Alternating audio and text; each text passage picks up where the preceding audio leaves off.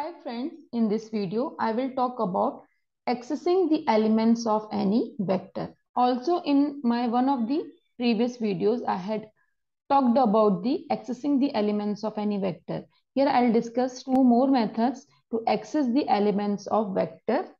So the first method I have already talked about is the accessing the index of any vector to access the element.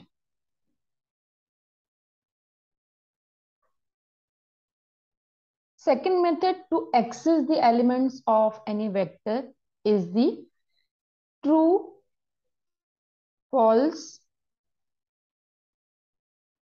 method, or with the help of the logical values true and false, we can access the elements of any vector. And the next one is the using 0 and 1, we can access the elements of any vector. So to understand these, firstly we are creating any vector. So I'm creating a vector B using the C function. Inside this, I am keeping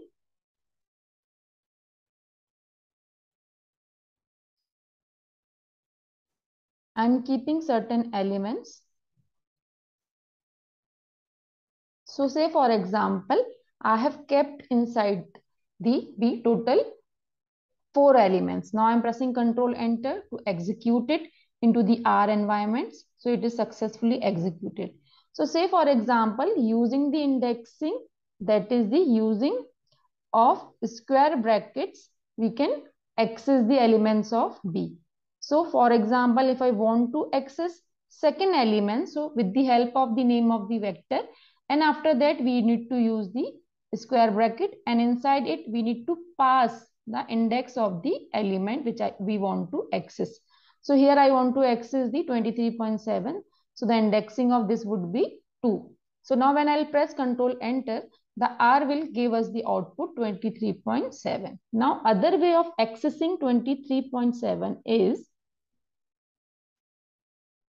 here by using true and false, we can access the values. So I want to access 23.7.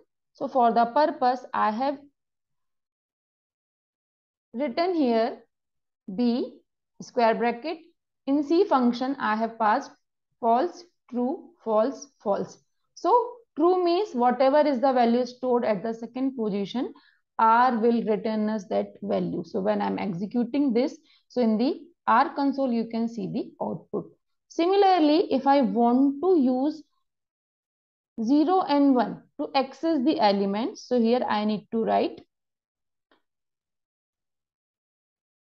0, 1, 0, 0. Now when I am pressing Ctrl Enter, so in the output you can see R is returning me 12.5. So that means whenever I'll pass 1 using the C function, so it will always return me 12.5. That is the first element. So again when I have changed the place of 1, you can see again it is returning me 12.5. So by using 0 and 1, we would be able to access the first element of the given vector. Now with the help of negative indexing also, we can access the element of any vector. So say for example, I have written here -1, -3 and -4.